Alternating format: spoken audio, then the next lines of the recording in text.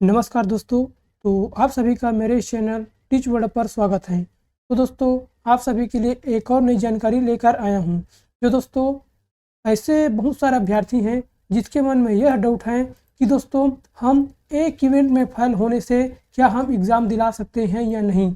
ये बहुत सारे कमेंट आ रहे थे दोस्तों, जिसका मैं कमेंट नहीं दे सकता, एक दो लोगों को दिया था, लेकिन इसको हम एक वीडियो के माध्यम से समझेंगे दोस्तों। कि मान लीजिए हमारा जो एक इवेंट है उसमें हम फेल हो रहे हैं और बाकी जो इवेंट है उसमें हम पास हो रहे हैं, तो क्या हम फाउल हो जाएंगे या फिर हम एग्ज़ाम नहीं दिला सकते हैं?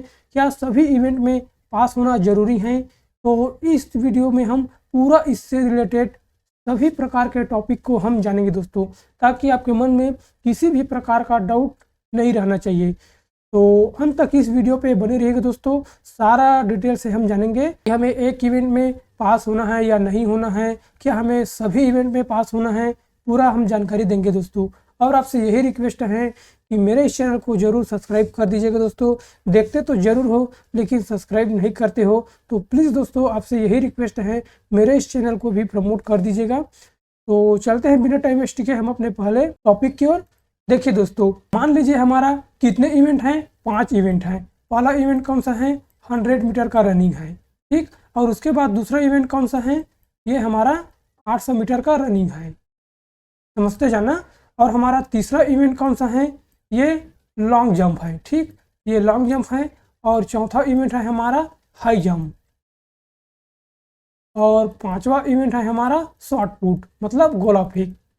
तो मान लीजिए दोस्तों, हम 100 मीटर में 20 नंबर लाए हैं और 800 मीटर में हमारा 0 नंबर आया है, मतलब इसमें हम फाउल हो गए हैं, समझिए। और तीसरा है लॉन्ग जंप, इसमें हम दोस्तों टोटल मिलाकर हम 14 नंबर लाए हैं। और जो हाई जंप है इसमें हम फाउल हो गए हैं, मतलब 0 नंबर दिया है। और जो शॉर्ट पुट है दोस्तों, इसमें हम 20 नंबर लाए हैं। तो क्या हम एग्ज़ाम दिला सकते हैं या नहीं दिला सकते हैं? क्योंकि दोस्तों, हम 200 मीटर में भी फाउल हो गए हैं और हाई जंप में भी फाउल हो गए हैं। तो हम तो फाउल हो गए हैं, तो क्या हम एग्ज़ाम दिला सकते हैं? नहीं दिला सकते हैं। तो हमारा निर्भर करेगा दोस्तों टोटल नंबर पे कि हम पास हो रहे हैं कि नहीं हो रहे हैं। तो हमारा टोटल नंबर कितना बन रहा है? 20, 20, 40 और 50 और 54, मतलब हमारा 54 नंबर बन रहा है टोटल। चाहे हम फाउल हो या ना हो, हमारा एक क्राइटेरिया है दोस्तों, एसटी के लिए 40 नंबर, ओबीसी और एससी के लिए 50 नंबर और जनरल के लिए 60 नंबर, ये क्राइटेरिया रखा गया है। अगर आप फाउल हो गए हैं फिर भी आपका जो पासिंग मार्क आ रहे हैं, तब भी आप एग्ज़ाम दिला सकते हैं दोस्तों।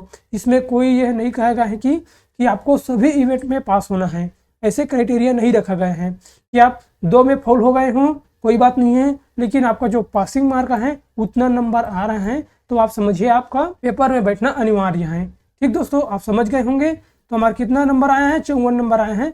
तो हम यह समझ सकते हैं कि हम एग्ज़ाम में बैठ सकते हैं। और देखिए दोस्तों, मान लीजिएगा ये 100 मीटर है, इसमें हम 7 नंबर लाए हैं और 800 मीटर में भी 7 नंबर लाए हैं। मान लीजिए हम सभी इवेंट में 7-7 नंबर लाए हैं, एक भी इवेंट में फेल नहीं हुए हैं, सभी इवेंट में हम पास हुए हैं, लेकिन हमारा जो नंबर है वो 7-7 नंबर आया है। तो क्या हम एग्ज़ाम में बैठ सकते हैं? क्योंकि हम तो इसमें फेल हुए ही नहीं हैं। तो नहीं दोस्तों, इसमें आप नहीं बैठ सकते हैं, क्योंकि आपका टोटल नंबर 35 नंबर ही हुआ है। देखिए, 7 पंचे 35, आपका टोटल नंबर 35 है। क्या आप क्राइटेरिया दिए गए इसको आप पूरा करते हैं? तो नहीं करते हैं दोस्तों, क्योंकि एसटी के लिए 40, ओबीसी एससी के लिए 50 और जनरल के लिए 60 क्राइटेरिया रखा गया है। तो फाउल होने से ये कोई मैटर नहीं है दोस्तों कि आप एग्ज़ाम में नहीं बैठ सकते हैं, बैठ सकते हैं, ये कोई मैटर नहीं है। अगर आपका 2 में भी फाउल हो तब भी आप एग्ज़ाम में बैठ सकते हैं। कैसे बैठ सकते हैं? अगर आप इन क्राइटेरिया को पास करते हैं तो आशा करता हूँ दोस्तों ये टॉपिक आपको समझ में आ गया होगा।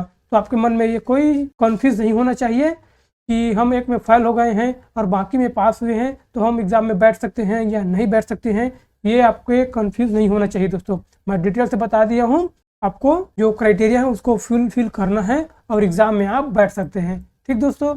बस यही छोटे सी वीडियो के माध्यम से आपको जानकारी देना था कि बहुत सारे अभ्यर्थी के मन में यही डाउट है कि दोस्तों कि हम 1 में 2 में फेल हो गए हैं, बाकी में हम पास हो गए हैं और हमारा 50 नंबर से ऊपर जा रहा है, तो हम एग्ज़ाम में नहीं बैठ सकते हैं, ऐसे कमेंट आ रहा है दोस्तों। तो उसके लिए मोस्ट इम्पॉर्टेंट वीडियो है, वो जरूर देखिएगा। तो दोस्तों आज की इस वीडियो में बस इतना ही, और मिलते हैं हम और नई वीडियो के साथ नई टॉपिक पे।